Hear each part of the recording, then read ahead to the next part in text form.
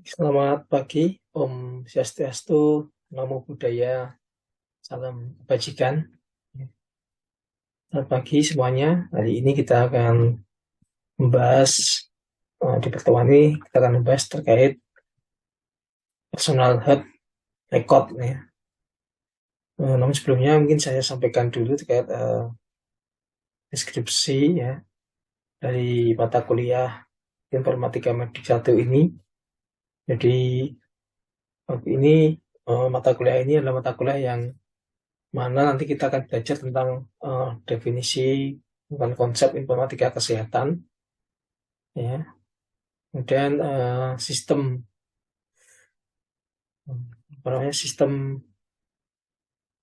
komputer secara umum, ya, dan sistem komputer medik secara khusus dan standar dalam informatika kesehatan dan subspesialis bidang terapan dari informatika kesehatan ini sendiri, ya. Kemudian bahan kajian yang nanti akan kita gunakan dalam mata kuliah ini adalah informatika kesehatan, kemudian sistem komputer medik, standar dalam informatika kesehatan, kemudian bioinformatika, informatika pencitraan medik, informatika kesehatan, informatika klinik, informatika kesehatan masyarakat, dan mobile health informatik, dan personal health record, ya. Kemudian capaian belajar yang diharapkan dari mata kuliah ini adalah yang pertama, mahasiswa diharapkan mampu memahami konsep pengetahuan informatika itu secara umum, ya, dan konsep medis atau kesehatan secara khusus, serta mampu memformulasikan penyelesaian masalah kesehatan. Yang kedua, nanti harapannya mampu menerapkan pemikiran logis, kritis, sistematis, dan inovatif, ya, dalam konteks pengembangan atau implementasi ilmu pengetahuan dan teknologi yang memperhatikan serta menerapkan nilai humaniora yang sesuai dengan bidang keahliannya. Capaian yang ketiga, nanti harapannya mahasiswa itu mampu menggunakan teknologi informasi, ya, dalam konteks pengembangan keilmuan dan implementasi bidang keahlian. Kemudian metode penelitian dan evaluasi yang digunakan dalam mata kuliah ini adalah UTS bobot 30%, UAS bobot 30%, dan penugasan sebesar 40%. Ya. Dan metode pembelajaran yang digunakan dalam mata kuliah ini adalah asinkronus dan sinkronus. Dan kita juga merupakan tim teaching, ya, dalam pelaksanaan mata kuliah ini. Saya sendiri dan nanti dengan Bu Okti, ya, dan Pak Sigit.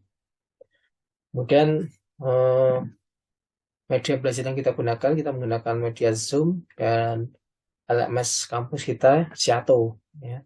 Jadi ada dua platform yang kita gunakan dalam metode pembelajaran. Baik, langsung saja kita masuk ke materi informatika medis pada pagi hari ini, ya, di mana kita akan membahas tentang personal health records, ya.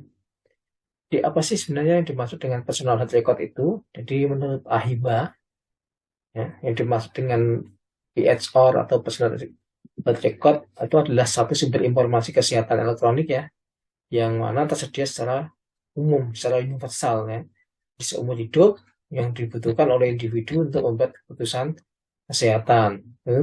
Pengertian menurut AHIMA.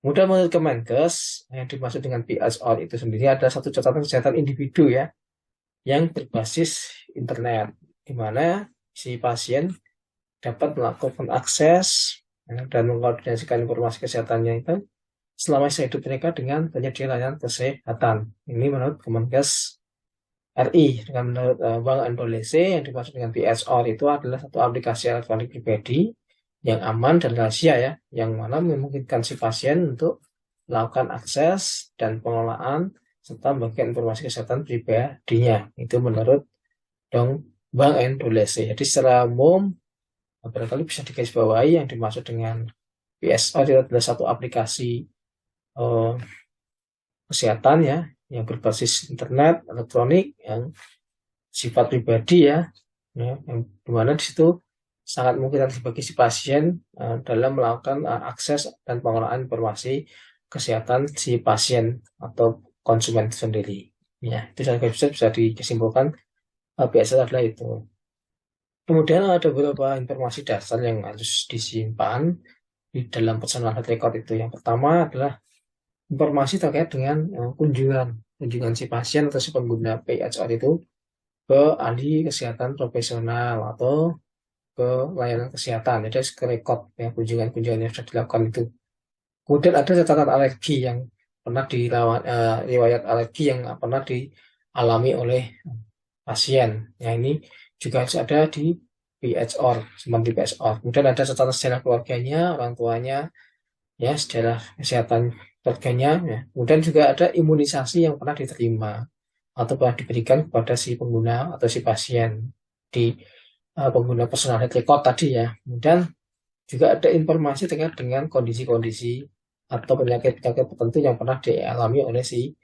Selamat pagi teman-teman mahasiswa. Hari ini kita akan membahas materi informatika medis dengan topik personal health record ya. Apa itu ya personal health record? Kemarin kita sudah bahas di pertemuan sebelumnya terkait definisi, manfaat, kemudian pentingnya apa. Hari ini kita mencoba untuk mengambilkan aplikasi health record itu. Karena aplikasi yang ada ini aplikasi didesain dirancang oleh Universitas Kota Semarang sebagai upaya untuk melayani gagal agar mendapatkan pelayanan yang maksimal. Yang mengarahnya nanti angka kematian ibu dan anak akan turun. Ya. Fiturnya ada kita bisa lihat di situ. Ini ada fitur pendampingan, fitur konsultasi kelahiran, fitur artikel kesehatan. Ya. Jadi pendampingan bagi ibu hamil nanti tinggal scan kodenya yang di sini. Otomatis ada inputan yang harus diisi untuk dibagi. Kemudian ada fitur, yaitu kodenya ya, bisa dilihat di situ. Kemudian untuk pendampingan ibu hamil, ya, muncul tulisan-tulisan yang harus diisikan. Setelah ter-scan, nanti otomatis record di aplikasi yang benar. Berikutnya ada menu sarana kesehatan. Di situ digunakan untuk ibu hamil yang menginginkan memilih sarana kesehatan yang ada di sekitar lingkungan dia 3. Ya, bisa dipilih di situ nanti tinggal di link Google Map yang ada di situ otomatis akan mengarah ke lokasi yang diinginkan. Berikutnya ada menu kalkulator PL. Ini ibu hamil bisa menghitung ya, tinggal memasukkan kapan yang terakhir masuk siklus bulanannya ya. Bulan dia nanti akan muncul dengan otomatis hasilnya, jadi hasil rapatnya akan muncul dengan otomatis gitu ya. Kemudian ada menu berikutnya adalah menu artikel kesehatan. Ini isinya artikel tentang kehamilan.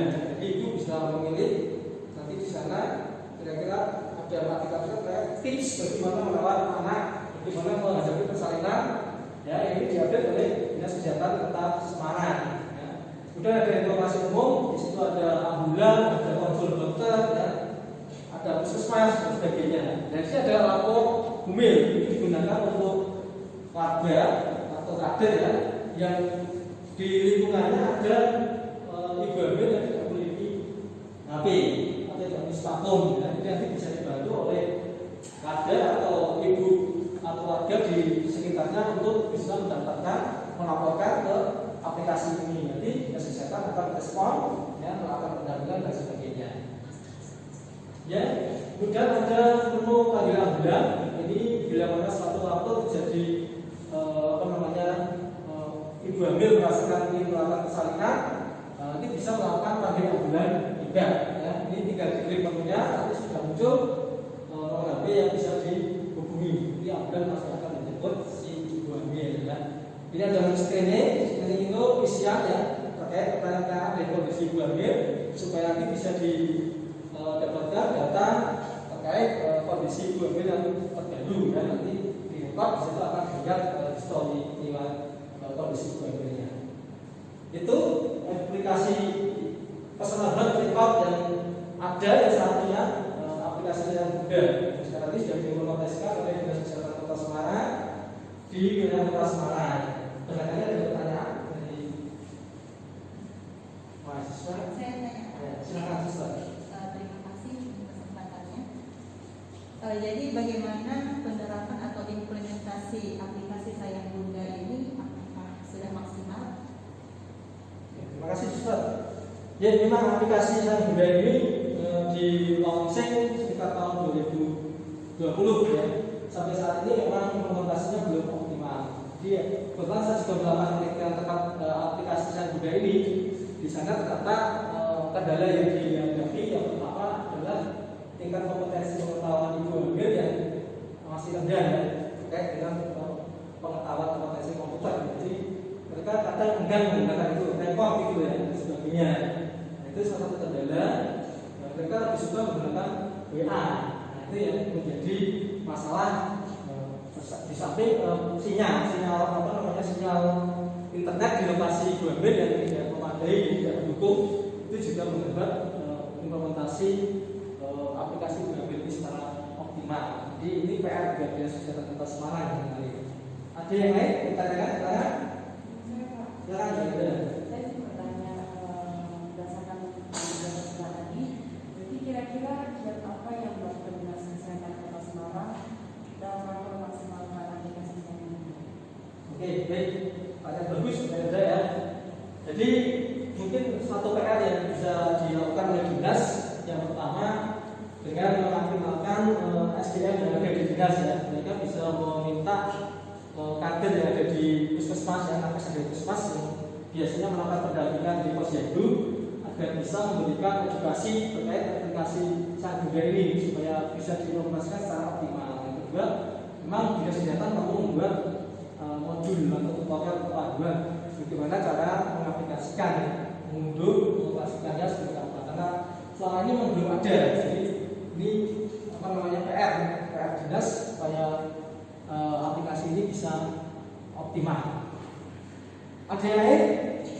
Oke, kalau tidak ada, di situ juga banyak aplikasi yang di Play Store ya, ada Careful dan sebagainya. Nah, ini tugas untuk Anda semua. Ini silakan Anda mengunduh di Play Store aplikasi Careful. Nanti silakan di analisis kelebihan dan kekurangan dari aplikasi yang Anda unduh itu. Nanti dipresentasikan di pertemuan selanjutnya.